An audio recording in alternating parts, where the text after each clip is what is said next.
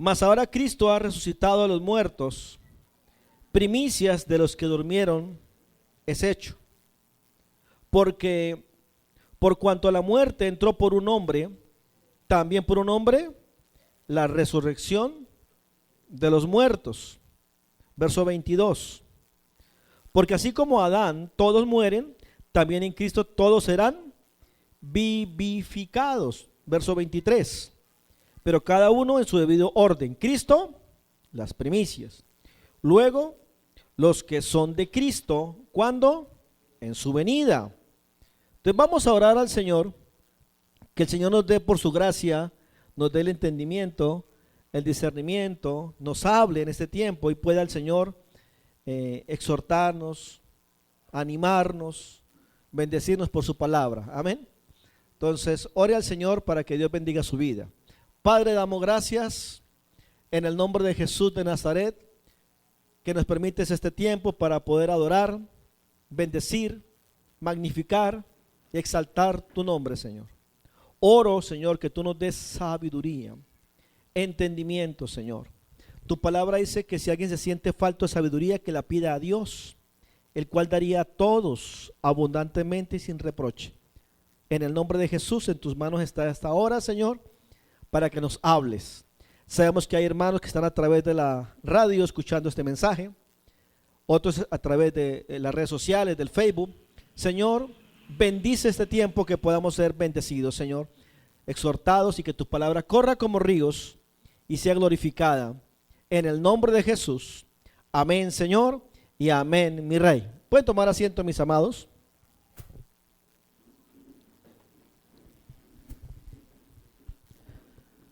La semana anterior hablamos de un tema. ¿Alguien se acuerda cuál fue el tema de la semana anterior? Hablamos de la resurrección de Cristo. Entonces, luego de la resurrección de Cristo, el tema es el tiempo que estuvo Cristo resucitado. ¿Qué pasó en ese tiempo luego de su resurrección? ¿Qué pasó luego de que Jesús se levantó de los muertos? Entonces, a la verdad hay pocas evidencias, porque fueron 40 días y 40 noches. A la verdad solamente encontramos unos 5 o 6 textos nada más en la Biblia. Sería interesante que hubiera habido algún cronista que hubiera datificado cada uno de aquellos momentos. Habría mucho que escribir, ¿verdad? Juan, por ejemplo, cuando habla de los hechos del Señor, habla de señales. Siempre el Evangelio de Juan se refiere a lo que Cristo hace como milagros, sanidades, resurrecciones, multiplicar los panes, los peces. Siempre habla él de señales. El andar sobre las aguas, señales. ¿De qué señales? De que él era el Mesías, de que él era el Redentor. Entonces, Juan escribe en el capítulo 20, a algunos les gusta tomar notas, tomar apuntes, y eso es bueno, para que luego en la casa usted pueda repasar y de esa manera aprende mucho mejor. El Evangelio de Juan en el capítulo 20, por ejemplo, Juan dice en el versículo 30, Juan 20:30, hizo Jesús, aquí está cerrando el libro Juan, hizo además Jesús muchas otras señales en presencia de sus discípulos, las cuales no están escritas en este libro, pero se han escrito ¿para qué? ¿Cuál es el propósito? ¿Qué dice el texto? Para que creáis que Jesús es el Cristo, el Hijo de Dios, y para que creyendo tengáis vida en su nombre.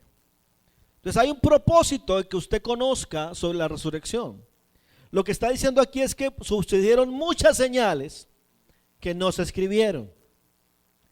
La Biblia, por ejemplo, dice en algunos textos de los evangelios que cada persona que subía a Jesús era sanada. Hubo tardes en que Jesús sanó a toda persona que se acercó a él, a todos. Y la Biblia dice que venían a él multitudes. Entonces no solamente fue el hombre hidrópico, no solamente fueron los leprosos, no solamente fueron los paralíticos, los ciegos, los sordos, los mudos, no solamente fueron los endemoniados que eran libertados, sino que dice que todo el que iba al Señor físicamente recibía sanidad, todos, todos, además de que hizo resurrecciones. Pero Juan dice que todo esto se escribió de alguna manera en un resumen, porque no está escrito el testimonio del hidrópico. La Biblia habla, por ejemplo, de que 10 hombres leprosos fueron sanados.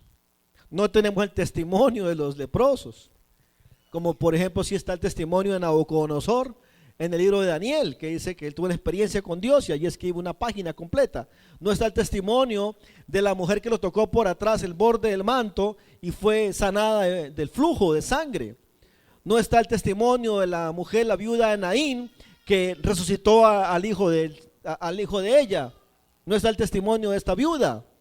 No está el testimonio del centurión romano. No hay esos testimonios. Solamente Juan dice que todo esto se escribió y que no se puede escribir uno por uno. Y Juan dice que él piensa que si escribieran todos uno por uno, no cabrían en el mundo los libros que se habrían de escribir.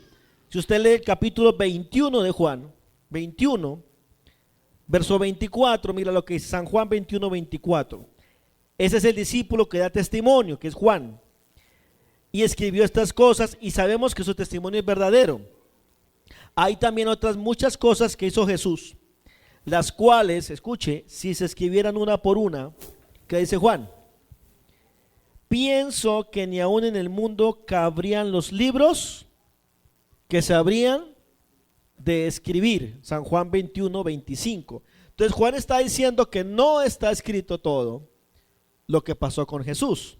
Hubiera sido muy interesante haber podido ver testimonio por testimonio, sabríamos mucho más.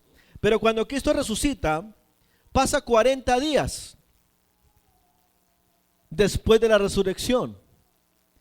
Y esto debería afectar nuestras vidas como cristianos, por el conocimiento de esta resurrección. Cuando uno lee, la Biblia dice que él pasó 40 días y 40 noches. La pregunta siempre ha estado en el aire en la teología: ¿por qué 40? ¿Por qué no 8 días? ¿Por qué no 15 días? ¿Por qué no 7 días? ¿Por qué 40?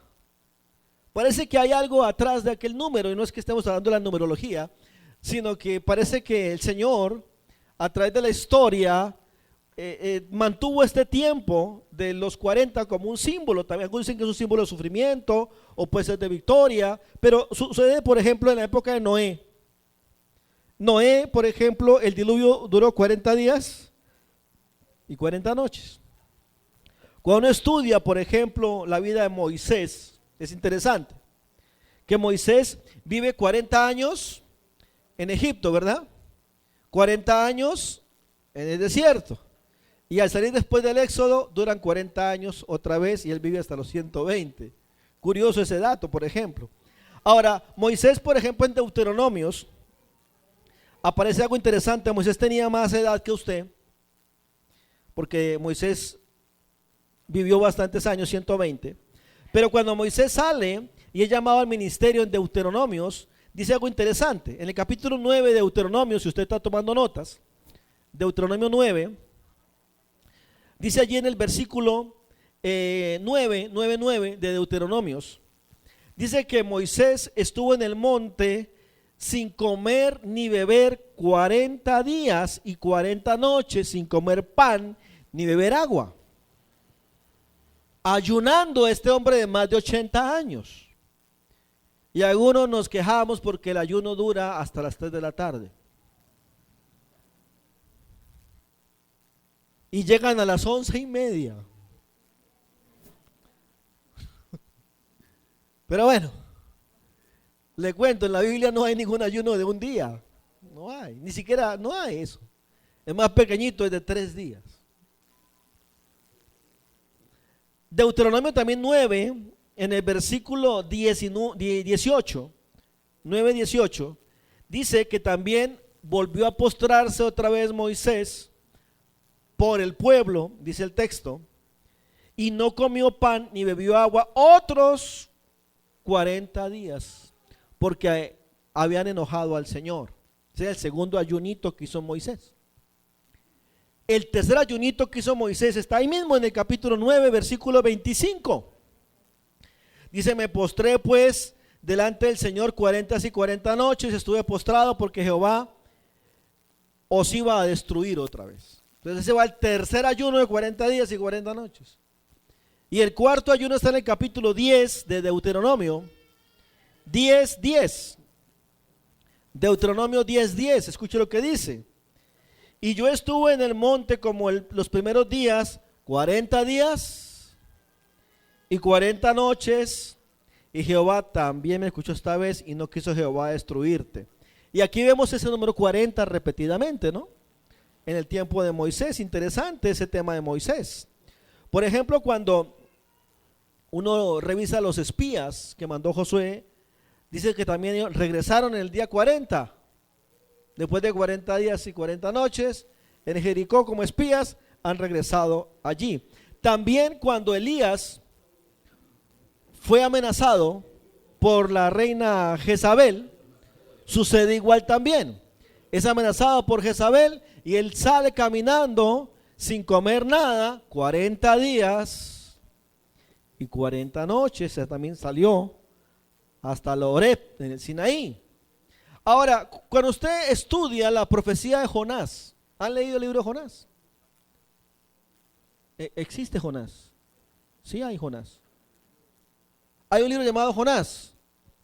Este profeta predica en Nínive, por ejemplo, y él dice, de aquí a 40 días, Nínive será destruida. En la profecía también dice que van a haber un lapso de 40 días para que el pueblo reflexionara. Interesante ese número 40, ¿no? Cuando uno estudia, por ejemplo, la vida de Ismael, de Israel, por ejemplo, también uno ve que Isaac tomó su esposa, a Rebeca, justo a los 40 años.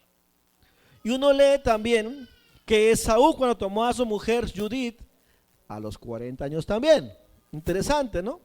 ¿Cuánto tiempo reina el rey Saúl? 40 años. ¿Cuánto tiempo reina David? 40 años. ¿Cuánto tiempo reina Salomón? 40 años. ¿Cuánto tiempo reinará Dina Baluarte? No, perdón. Ahí no nos metemos en ese tema. Pero sí vemos una repetición de los reinos en la Biblia, ¿verdad? Ahora, Jesús también ayunó, ¿verdad? ¿Cuántos días? 40 días y 40 noches en el desierto, según Mateo, ¿verdad? Es que hay un número tremendo. Por ejemplo, cuando los discípulos eran azotados, dice que, y allí le quitaron uno, dice que eran azotados con 40 azotes, menos uno. Eso dice, por ejemplo, y también está presente el número 40, ¿no? Entonces, interesante todo esto, de que Jesús, después de la resurrección, aparece durante 40 días. Tiene un propósito eso. Tiene algo en el Señor de esos 40 días.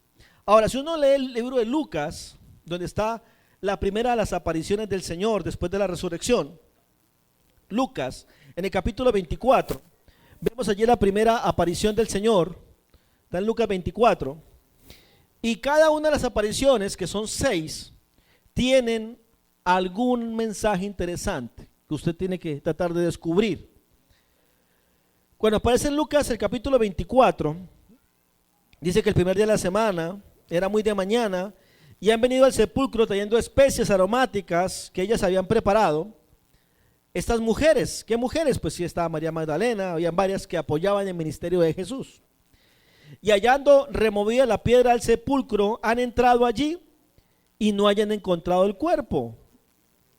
Entonces acontece que, estando perplejas, sorprendidas por esto, que no estaba allí en el sepulcro, dice que se han parado 2 varones con vestiduras resplandecientes al lado de ellas, 24:5, y dice, y como tuvieron temor y han bajado el rostro a tierra, dijeron, ¿por qué buscáis entre los muertos al que vive? No está aquí, sino que ha resucitado. Acuérdense de que os hablé esto cuando estaba aún en Galilea. Os habló esto, diciendo que era necesario que el Hijo del Hombre sea entregado en manos de pecadores, sea crucificado y resucite al tercer día. ellas se acordaron de esas palabras y volviendo al sepulcro a dar las buenas nuevas a los 11, porque no estaba el hermanito Judas, andaba la buena a los 11, y era María Magdalena, Juana, madre de Jacobo, y las demás con ellas quienes dijeron estas cosas a los apóstoles. Ahora, ¿quién era María Magdalena? Cuando usted revisa Lucas 8, en el verso 2, y Lucas 7, 39, uno encuentra que de esta mujer, dice la Biblia, que habían salido 7 demonios. Ella había sido libertada por Jesús. Fue libertada y fue libertada de 7 demonios. La pregunta siempre ha estado en el aire: ¿por qué Jesús se aparece a esta mujer? Porque Dios perdona, pero a la gente no se le olvida. ¿Sí me hago entender? Por ejemplo, cuando hemos hablado de las caídas de los pastores, a mí me han preguntado muchas veces aquí en los cursos de la universidad, en el seminario, me preguntan en las clases, los líderes, los pastores: hermano, ¿y un pastor cuando cae, un hermano cuando cae, puede ser restaurado al mismo lugar? Y yo siempre he respondido la misma frase: Dios perdona cualquier pecado, pero la iglesia no olvida. Y a veces pasan décadas y la gente ve al pastor que una vez cayó y dice: ¿se acuerda del pastor? El que cayó. Y es interesante ver que el Señor se le aparece a una mujer que la Biblia dice en el Evangelio de Lucas que era pecadora. Eso decía los fariseos. Y lo que dicen los teólogos y los historiadores es que su profesión era prostituta. Pero ahora era creyente, cristiana. Aleluya. Y esta mujer está allí yendo al huerto a donde el Señor, y Él se le aparece justo a ella, y los demás vuelven, y la que se queda es ella. Los demás se van a la buena nueva, y ella se queda en el huerto, y con quien habla por primera vez Cristo resucitado es con esta mujer. Qué interesante. A mí me da un mensaje tremendo esa primera aparición del Señor, porque lo que está haciendo es yendo a los pecadores, yendo a las personas peor vistas de la sociedad. Ese es el Cristo para nosotros, amén. El que puede sanar todo pecado. ¿Cuántos creen eso, hermanos? Él puede restaurar cualquier situación. ¿Cuántos creen eso, hermanos? Y Él evidencia eso en su resurrección, a la que se va justamente porque Él pudo haber seguido a Pilato, el gobernador, ¿verdad? Pudo haber sido Herodes, ¿verdad? El César. Pero no fue a ellos. O a Caifás o a Anás. Pero no, el Señor se va y se le aparece a la persona de menos reputación, a la que había sido prostituta. Y se le aparece a ella. A mí me parece muy lindo esa forma de verlo. Ahora, algunos habladores, porque no son teólogos, dicen que Jesús se le apareció a las mujeres y en 5 minutos todo Jerusalén sabía la resurrección. Fue rapidito. Pero no, les voy a decir, eso no es verdad. Primero ellas fueron a los apóstoles, a los discípulos, fueron a los 11 y allí a ellos les contaron. Y el texto narra que cuando eso pasa y cuentan que él ha resucitado, a ellos en el versículo 12 les parece una locura. Y en el verso 24-12 dice que se levantó Pedro y salió corriendo al sepulcro, y los evangelios paralelos como Mateo, Marcos y Juan, dice que Juan también corrió también más rápido y han llegado al sepulcro y no han encontrado sino el sepulcro vacío, los lienzos ahí puestos, y la sábana con la que él estaba cubierta dice que estaba doblada. Y eso es curioso, estaba doblada y puesta ahí a los pies. Y eso narra algo importante. En la cultura judaica, cuando el amo de familia, el dueño de los esclavos, estaba cenando, después de que cenaba, si se levantaba de la silla y dejaba su servilleta, su paño doblado ahí, era que iba a regresar pronto. Entonces los sirvientes no recogían la mesa, la dejaban ahí, porque él dejaba doblada la servilleta. Interesante eso, ¿no? Y en los lienzos del Señor en el sepulcro estaban doblados. Eso tiene un sentido cultural de aquella época y tiene un mensaje. Cristo viene pronto, amén. Cristo viene pronto. Ahora, la segunda escena está ahí mismo en el versículo 13 y es un par de discípulos camino a Emaús. La palabra Emaús significa tristeza, desconsuelo, decepción. Estos dos creyentes han pasado por momentos, de pronto como también usted ha pasado por esos momentos. ¿No le ha pasado a usted que usted se decepciona de la iglesia? ¿Se decepciona a los cristianos? ¿Se decepciona a sus amigos? ¿Se decepciona a su familia? ¿O de su cónyuge? ¿O de su jefe? ¿O de la gente que usted ama? Algunos hacen. Claro, eso pasa. Pero en él tenían puesta la confianza hasta de la vida política, porque esperaban que el Señor derrotara al César. Y no fue lo que ellos creyeron. Y este par de discípulos que no son tan populares, recuerda que Jesús no solamente tuvo a 12. Cuando usted lee la lección de los apóstoles, dice que Jesús pasó la noche orando y de sus discípulos llamó a 12. Y evidencia de ello es que después envía a los 12, luego envía a 70, y eso evidencia que tenía más de 12 discípulos. En el Pentecostés ahí, en Corintios 15 dice que habían 500 reunidos en un aposento cuando él se aparece, y dice Hechos que se vino el Pentecostés sobre 120. Dice, esto habla de que no eran solamente 12. Pero el texto dice que dos de estos, a uno lo nombra, que era Cleofas. Dice el texto en Lucas 24, que iban el mismo día a la aldea llamada Emaús, porque ya había pasado el Shabbat, era en la mañana del día domingo, y estaban caminando, que era como a 70 estadios de Jerusalén, algunos dicen que son 12 kilómetros y medio, e iban hablando entre ellos las cosas que habían sucedido, y mientras caminaban en medio de la tristeza, en medio de la desilusión, en medio de las malas noticias, en medio de todo lo que había pasado, se les había caído sus proyectos. Van caminando, dice el versículo 16, que sus ojos estaban velados, y en el versículo 15 dice, pero Jesús mismo se acercó y caminaba con ellos. Y aquí otra enseñanza. Cuando usted más está decepcionado de todos y va y se mete en el último hueco que puede encontrar y se tapa la cabeza, ahí está el Señor con usted. ¿Me está entendiendo? En la crisis más horrible, ahí está Dios con usted. Es como los discípulos, en la tormenta más tremenda, ahí estaba en la barca.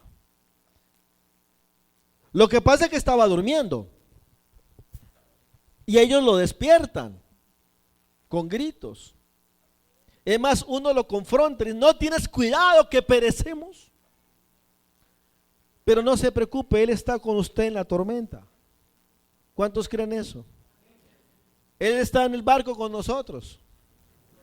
Y también camina con usted en el momento, en el caminar de la tristeza, en el caminar de la decepción, en el caminar de la amargura. Ahí va al lado de usted. El problema es que usted no lo ve, no lo identifica, no se da cuenta que Él camina a su lado. Uno cree que Dios ya lo abandonó.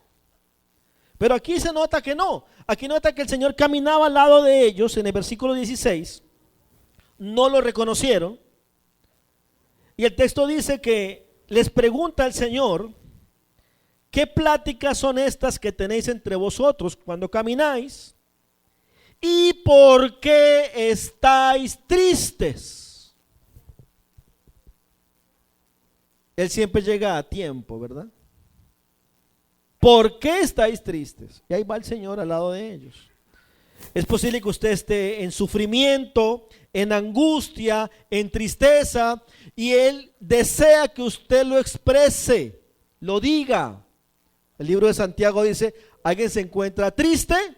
Haga oración. Y no es que Dios no sepa lo que usted tiene, pero Él dice que usted tiene que orar y decir, hablar. Entonces allí expresan ellos, y es más, pareciera como que lo confrontan a Jesús, porque le dicen, eres el único forastero en Jerusalén que no sabe las cosas que han acontecido estos días. En pocas palabras, ¿dónde estabas? Y Jesús pregunta como quien no sabe, ¿qué cosas? ¿Qué cosas? Ellos dicen, de Jesús Nazareno, el varón profeta, el poderoso en obra, en palabra delante de Dios y ante todo el pueblo hacía esto. Lo han entregado en manos de pecadores, de sacerdotes, de gobernantes, lo han sentenciado a muerte y lo crucificaron. Y escuche lo que ellos dicen, verso 21, pero nosotros esperábamos que Él era el que había de redimir a Israel, o sea, Él iba a cambiar la política del país, esta economía iba a mejorar. Ahora, además de todo esto, ya es el tercer día que esto ha sucedido. Y aún también, escuche esta frase, nos han asombrado algunas mujeres diciendo, las que antes del día han ido al sepulcro, verso 23, que no lo han hallado su cuerpo, y vinieron diciendo que habían visto visión de ángeles, quienes dijeron que Él vive. Entonces la pregunta es, ¿por qué iban para el lado contrario? Si ya le dijeron que resucitó, que se levantó de los muertos, que hablaron las mujeres con los ángeles, ¿por qué se están yendo? Hay gente que a pesar de que sabe que en el Señor encuentra salvación, se va del lado de Cristo. Hay gente que sabe que en la iglesia recibe palabra, oran por ellos, los apoyan, igual se van al mundo. Hay gente que sabiendo que solo en Cristo hay vida eterna, prefieren hacer obras de pecado y de condenación. Y ellos iban en ese camino. Se estaban alejando cuando Él dijo que se quedaran en Jerusalén. Se estaban yendo de Jerusalén. Entonces ellos saben el testimonio que Él vive. Y dice incluso, verso 24, fueron algunos de los nuestros al sepulcro y hallaron así como las mujeres habían dicho, pero a Él no lo vieron. Entonces ante esa mente, ese corazón testarudo y terco, ¿qué les dice Jesús? Versículo 25. Insensatos.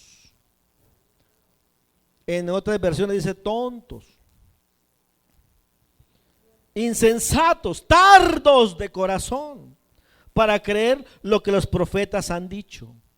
Y Jesús les dice, ¿no era necesario que el Cristo padeciera estas cosas para que entrara en su gloria? Y comenzó el Señor y les dio una clase, hermano, de escuela dominical, que era el domingo. Les predicó, hermanos, comenzando desde Moisés, 1500 años antes de Cristo, y se fue por los profetas, por Ezequiel, por Daniel, por Jeremías, por Abdías, por Miqueas, se fue por los profetas, le dio una tremenda clase, dice, pasando por los profetas, y le declaraba en cada escritura lo que de él decía. Pero a pesar de eso, no voltearon otra vez para Jerusalén. ¿Qué puede uno aprender de esa enseñanza? A pesar de que escucha la palabra del mismo Jesús, siguen la terquedad de alejarse de Jerusalén, que es la casa del Padre. ¿Cuánta gente no está sin la iglesia, verdad? y que a veces va a la iglesia y dice, esta es la última vez que voy al culto. Y el mismo Espíritu Santo le habla y sale y dice, igual me voy a ir a tomar. Y sale a la iglesia y va y se emborracha. Yo he visto gente que en la iglesia está endemoniada, se hace una oración, hay una liberación, son libres. Y salen de la liberación y se van a la discoteca a bailar. Yo lo he visto, no me lo han contado. Yo he salido de la iglesia a orar por personas que han sido liberadas y rumbo a la casa bailando. Corazones entenebrecidos, tercos, duros, y no dieron la vuelta, siguieron hacia Emaús. La Biblia dice que el Señor, bueno, después de haberle dado esa clase de escuela dominical, ellos han llegado hacia donde iban y Jesús simuló de que iba a ir más lejos. Versículo 29. Pero ellos le han obligado a quedarse diciendo, quédate con nosotros porque se hace tarde y el día ya ha declinado. Han entrado en aquel lugar, en la casa, a quedarse supuestamente Jesús con ellos. Se han sentado a la mesa y cuando él tomó el pan y lo bendijo y lo partió, ¿qué pasó? ¿Qué dice el texto? Sus ojos fueron abiertos. Ahí lo conocieron. Ay, qué vergüenza, ¿no? Hasta lo han regañado al Señor. Qué vergüenza. Pero el texto dice que cuando lo reconocieron, ¡pum!, desaparece de la vista. Y otra vez la pregunta, ¿por qué desapareció? Pareciera que solo necesitaban eso. Nada más. Jesús fue solo a lo que ellos necesitaban. La dosis correcta. Después de esa dosis, el pasaje dice en el versículo 32, se decían unos a otros, no ardía nuestro corazón entre nosotros mientras nos hablaba en el camino y cuando nos abría las escrituras. No sentía dentro de su corazón que algo estaba pasando, que les estaba hablando el Espíritu Santo. ¿Por qué no reaccionaron? ¿Por qué no cambiaron de vida? ¿Por qué no regresaron otra vez cuando les estaba hablando? No, siguieron en su idea de alejarse. Pero allí, cuando ven y comprueban que literalmente era Cristo, entonces ellos se levantaron, ya era tarde, y han regresado corriendo a Jerusalén a contar a los 11 lo que había sucedido, que verdaderamente se había aparecido. Interesante, ¿verdad? ¿Qué lección queda de esa segunda manifestación? Que Él camina contigo aunque estés triste. Amén. Que te acompaña aún en la terquedad de alejarse de Él, de alejarse de la iglesia, de la casa del Padre. Camina contigo en esa terquedad. ¿Y qué es lo que Él espera? Que uno se regrese. Pero hay gente que sigue ahí, alejándose.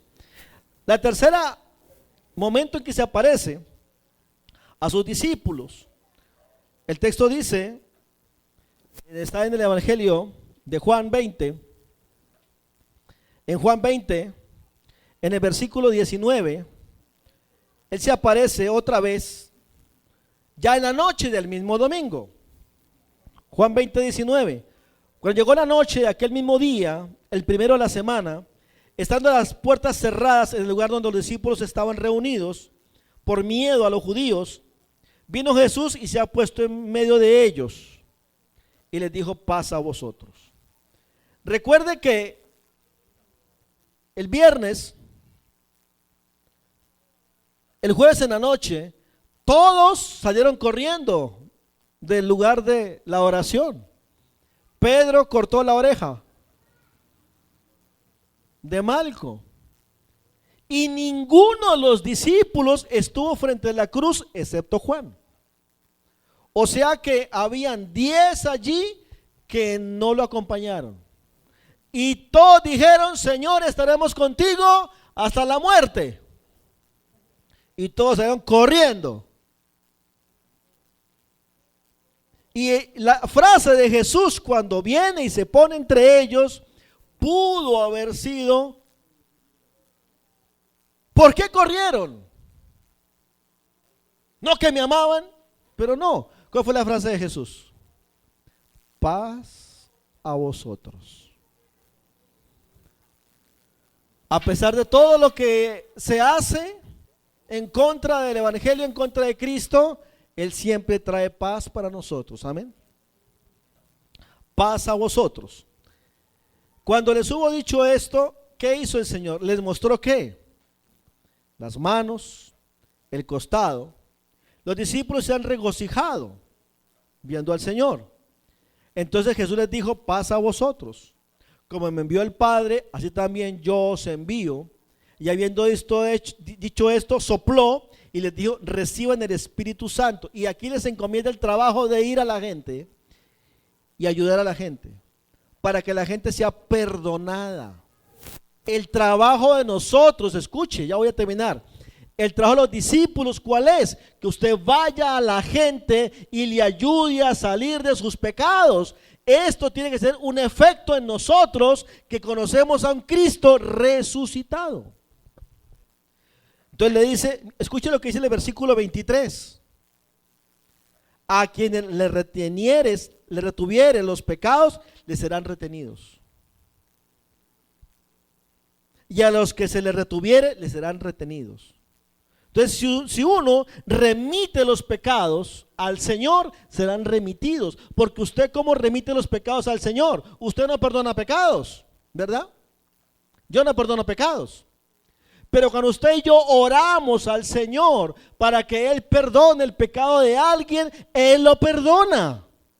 Entonces usted le remite el pecado al Señor.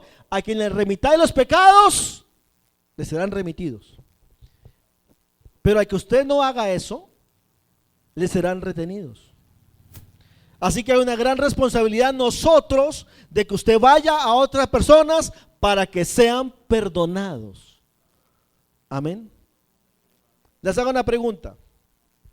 ¿Qué pasaría si el Señor se hubiera levantado a los muertos y no hubiera aparecido a nadie?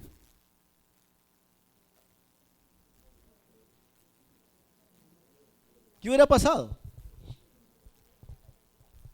¿Hubieran seguido creyendo? No. Así que era necesario que se apareciera, porque Él dijo que iba a resucitar. Y está bien, resucitó y se fue. Y si viéndolo no creían, mirándolo ahí al frente no creían, imagínate, ¿qué dijo Tomás? Hasta que yo no meta mi dedo en su llaga, no ponga mi mano en el costado, no creeré. Ese dicho populacho. Ver para creer. ¿Cuántos van a la iglesia con el mismo dicho, no? Yo hasta que no vea, no creo. A mí me pasó algo igual también. Yo también estudié en la universidad. También tuve ideas en mi cabeza, ateas. También discutí con los pastores que me visitaban. Les hablaba de Mahoma, de Buda, de Prabhupada. Les hablaba de Siddhartha Gautama, les hablaba de los Vedas, les hablaba de la reencarnación. Yo tenía harta información. Y les dije a ellos, yo hasta que no vea, no creo. Bueno, un día, después de haber ido a un culto, el predicador que estaba enfrente, quiero orar por ese joven que está allá, dijo. Entonces yo me cuadré atrás de una columna. Por ese tiempo no tenía barriga. Y dijo, no, el joven que está atrás escondido allá, venga. Me sacó allá a la columna, yo pasé al frente avergonzado. Yo ese tiempo estudiaba teatro y televisión en Bogotá.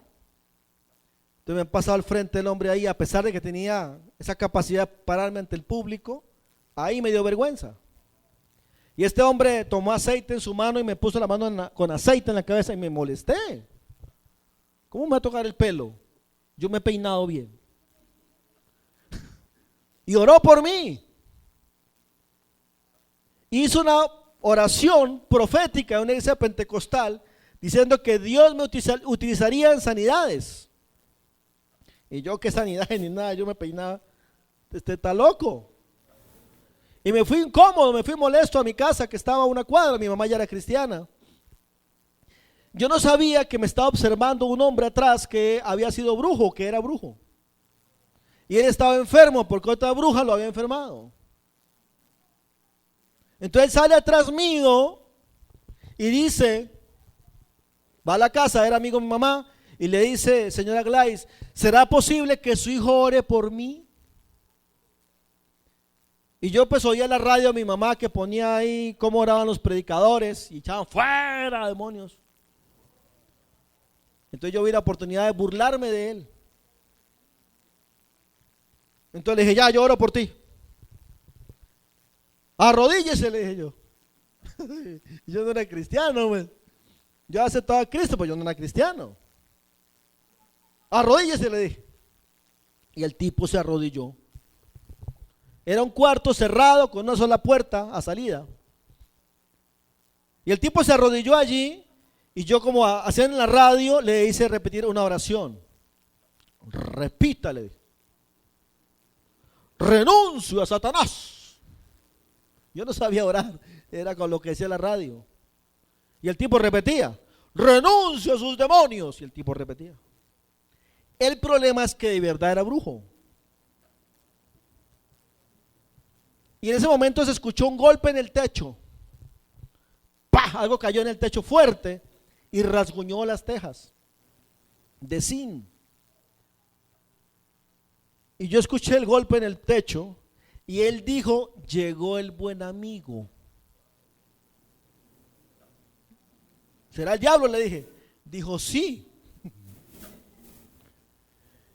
Y él dice, porque yo no vi nada, él dice que en la puerta se puso y comenzamos a escuchar un golpe como si fuera un látigo en el piso.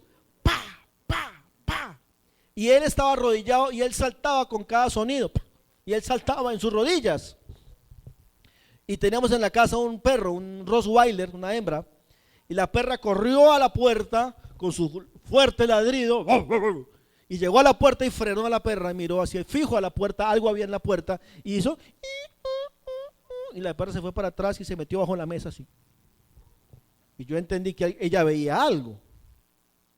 Y él también. Y yo no. Y se oía el golpe, pa, pa, pa. Y mamá estaba a otro lado, yo la volteé a mirar a ella y ella estaba agachada orando. Y ahí me dio a mí como, aquí no hay, o sea, esto no es verdad. No es verdad, no es verdad, no es verdad. Eso es cosa de la mente, es cosa de sugestión. Entonces yo me fui a la puerta, le dije, ay, no hay nada. Y cuando metí la mano en la puerta, literalmente sentí como si usted metiera la mano en un tanque de agua. Y todos los pelitos se me pararon. Entonces yo saqué la mano y entendí que ahí había algo. Yo no lo podía ver, pero ahí gritaba y seguía sonando el golpe. La perra seguía. Mamá seguía orando y me dio miedo. Y comencé a entrar en estado de pánico. Y mi oración cambió. Y comencé a orar ahora sí de verdad. Señor, haz algo. Y yo oro como el Antiguo Testamento, envía aquí a Jehová o a tu ángel o a Jesucristo o lo que sea, pero ayúdanos, dije yo. Salió de mi corazón esa oración. Y en ese momento que salió la oración de mi corazón, sucedió algo. Lo de Tomás. Yo vi literalmente enfrente mío a un ser parado, a una cuarta más o menos del suelo. Brillante como la luz que vemos acá, brillaba, no era transparente, estaba ahí parado. Era un ser. Y mi cabeza hizo así hacia abajo. Y no pude levantarle para verle la cara. Mi cabeza se dobló hacia abajo y no, se me entumeció esta parte, no podía mirarlo. Solo veía sus pies que estaban alto. Y ese ser dio un paso y se movió unos 3 metros. y levantó su mano derecha. Cuando esa figura resplandeciente levanta su mano derecha, se escuchó un sonido como un graznido, un grito, un chillido, no sé, algo así feo, y lo que estaba en la puerta golpeó el techo y el alero del techo, que era de metal, de tejas, se dobló hacia afuera, y las tejas que estaban unidas se rompieron hacia afuera, así se abrieron. Y sonó, y la luz que estaba al frente, que era lo que yo estaba viendo, no sé si era un ángel, no sé si era Jesús, pero era un ser con poder, y la luz se apagó. Y yo escuché una voz que me dijo: tú decías, hasta que no vea, no creo. Igual que el Tomás. Y caí al piso llorando. Entendí que era el Señor real, real, real. No me lo contaron. No estaba marihuanado, porque nunca en mi vida he consumido ningún tipo de alucinógeno, ni licor, nada de esas cosas. Nunca he consumido drogas, jamás. No estaba drogado. Estaba 100% consciente de lo que estaba sucediendo. Al día siguiente me fui a buscar al tipo a preguntarle qué había visto él, porque él también se paró corriendo. Cuando fui y lo busqué, él trabajaba de transportista en un carro que llevaba a la zona del campo, hacia viajes.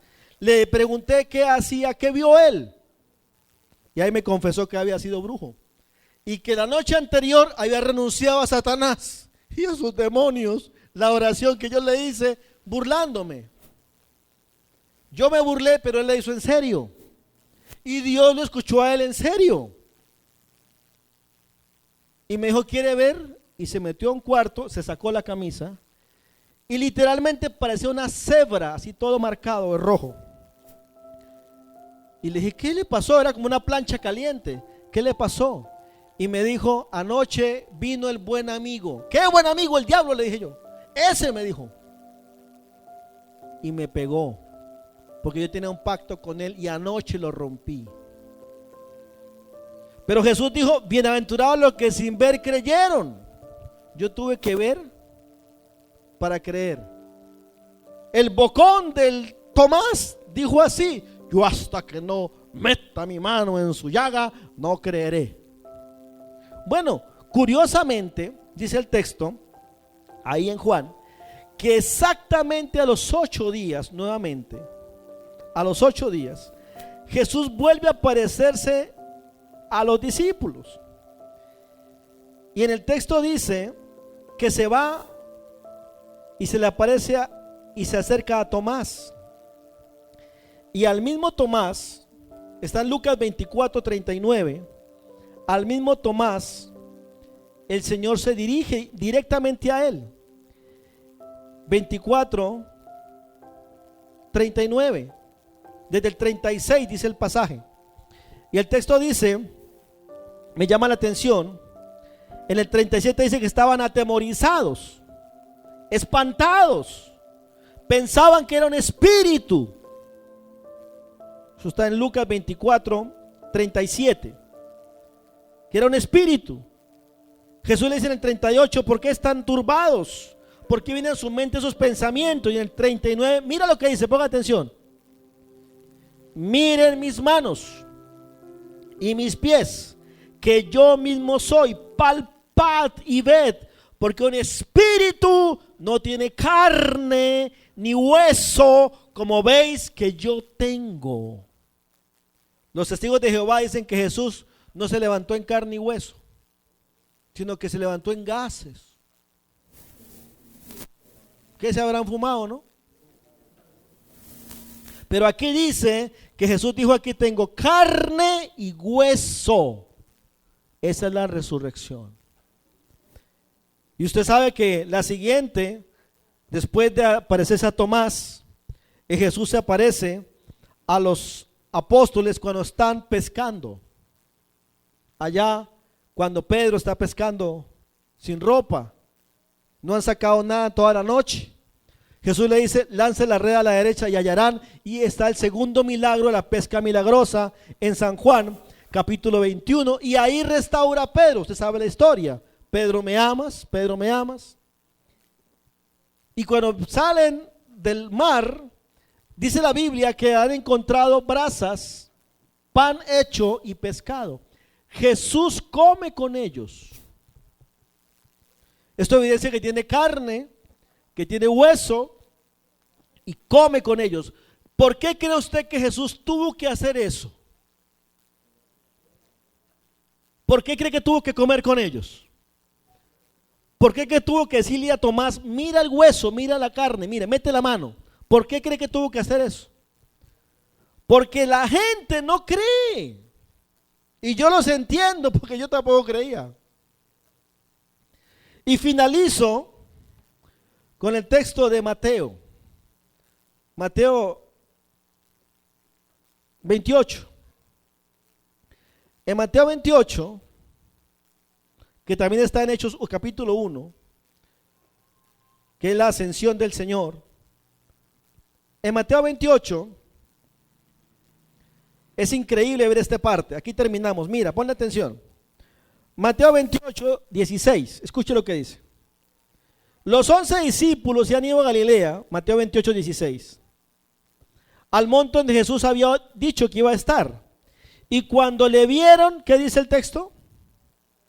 Le adoraron, pero algunos dudaban. Escúcheme, 40 días después de haber tenido 3 años de ver sanidades, milagros, resurrecciones, multiplicación de panes, de peces, del agua en vino, de andar sobre las aguas, de ver que se paró Lázaro después de estar enterrado 4 días, se aparece 40 días a ellos, les muestra sus llagas, come con ellos y dice que todavía dudaban. ¿Le ha faltado fe a usted en algún momento? ¿Ha llegado a cuestionar el evangelio? ¿Ha llegado a cuestionar la resurrección? ¿Ha llegado a cuestionar el arrebatamiento de la iglesia? ¿Ha llegado a cuestionar la Biblia como cristiano? Pero aquí dice que a pesar de que dudaban, Jesús dice, todo poder me es dado en el cielo y la tierra, por tanto, id y haced discípulos. A pesar de sus fallas, de sus errores, de sus desánimos, de sus luchas, haga discípulos. Amén. ¿Me está entendiendo? A pesar de todo eso, Jesús entiende que somos débiles, que somos carne, que somos frágiles. Pero a pesar de eso, Él quiere que hagamos algo. Que usted haga discípulos. Que usted le predique a otros, no sus dudas, sino hable de su resurrección. Háblele a otras personas de que Él vive. ¿Ha cambiado su vida el hecho de que usted sabe que Cristo vive? Debería haber cambiado su vida. Cuando le preguntan a usted en qué ha cambiado su vida o sigue igual, usted debería tener un testimonio de que ha cambiado su vida. El endemoniado gadareno, sin tener teología, ni estudios de seminario, ni conocer la línea de tiempo, ni hacer inductivo, el endemoniado gadareno salió a predicar en Decápolis, en Marcos. Predicó en 10 polis, ciudades. 10 ciudades predicó. ¿Qué predicó? Su cambio. Su cambio. El Señor quiere que usted predique y hable de lo que Dios ha hecho en usted. Amén. ¿Qué ha hecho Él en usted? A pesar de que tenga dudas y que usted sabe que es real, ve y haz discípulos a todas las naciones. Llévalos hasta el punto que sean bautizados en el nombre del Padre, del Hijo y del Espíritu Santo. Y Él dice, y les prometo que voy a estar con ustedes todos los días hasta el fin del mundo. Amén. ¿Cree que hay un mensaje para su vida hoy? A través de la resurrección. ¿Cree que hay un compromiso con el Señor? Él ya hizo lo que tenía que hacer. Dar su vida en el Calvario por usted y por mí. Ya está consumado, dijo él en la cruz. Consumado es. El camino para ser salvos ya está hecho. La pregunta es, si usted muriera hoy, ¿a dónde va?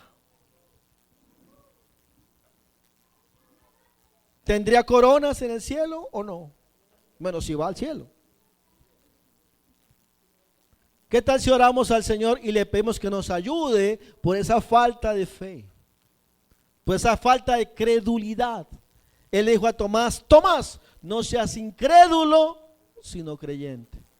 Vamos a orar al Señor. Por favor, póngase en pie por un momento. Y encomiende su vida al Señor.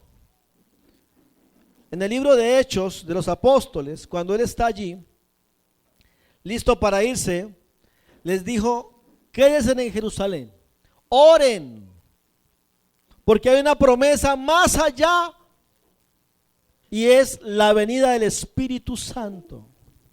Cuando ustedes sean investidos del poder de lo alto, ustedes van a recibir esta dinamis, esta dinamita, y van a ser capaces de ser testigos en todo lugar, en Jerusalén, en Judea, en Samaria y hasta lo último de la tierra.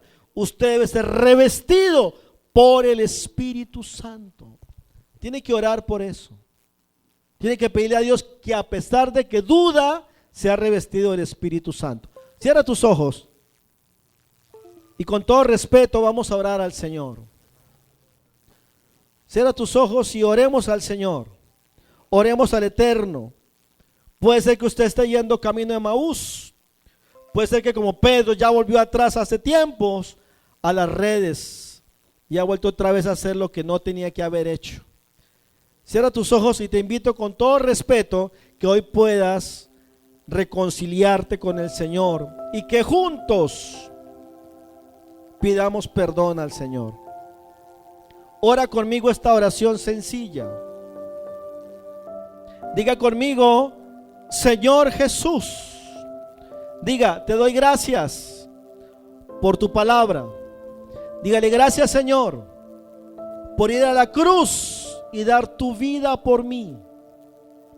Gracias por el poder de tu resurrección. Ayúdame Señor. Dígale, ayúdame cuando me falta fe. Pero yo creo, Señor, que tú puedes perdonarme en esta hora. Dígale, Señor, perdóname todo pecado que he cometido hasta este momento. Dígale, en nombre de Jesús, yo renuncio a todo lo que no es tuyo, Señor. Y hoy te entrego mi vida, todo mi ser, cuerpo, alma y espíritu. Dígale, Señor, escribe mi nombre en el libro de la vida y ayúdame a ser fiel hasta el fin. Dígale, Señor, quiero cumplir tu propósito en mi vida. Como dijo el apóstol, Señor, ¿qué quieres que yo haga? Habla con Dios un momentito. No pierdas la oportunidad de este momento. Habla con el Señor. En tus propias palabras, habla con Él. Cuando tú vas a un culto, cuando escuchas una prédica, es para acercarte al Señor, para acercarte a Dios, para hablar con el Eterno. Dile, Señor, te doy gracias. Señor, te doy gracias. Señor, te bendigo. Señor, te alabo. Señor, te exalto. Señor, tributo alabanza a ti, Señor. Tú eres digno de adorarte, de exaltarte, de bendecirte, de loarte. Tu palabra dice que en el cielo los ángeles se postran ante ti, los seres vivientes, los querubines, los serafines, los arcángeles, los ancianos botan sus coronas delante de ti, porque tú eres santo, santo, santo, santo, santo. Fortalece la vida de la iglesia, de cada persona que escucha hoy tu santa palabra. Usa nuestras vidas como instrumentos de honra y llévanos, Señor, como tu palabra dice, a ser pescadores de hombres. A veces somos como la Magdalena, Señor. No merecemos que nos hables, no merecemos que vengas a nosotros porque hemos pecado. A veces vamos como Cleofas, alejándonos de la casa del Padre, pero tú estás ahí, Señor. A veces somos como Tomás, incrédulos. Y a veces como Pedro hemos vuelto nuestras redes desnudos. Pero siempre tú dices: paz, paz a vosotros, paz a vosotros, paz a vosotros. Restáuranos como restauraste a Pedro, Señor. Bendice nuestras vidas, que a pesar de la incredulidad podamos hacer tu obra, Señor, hasta donde tú nos lleves. Usa mi vida, Señor. Dile al Señor esta noche: usa mi vida, Señor. Él dijo que somos la luz, porque Él está en nosotros, Él es la luz.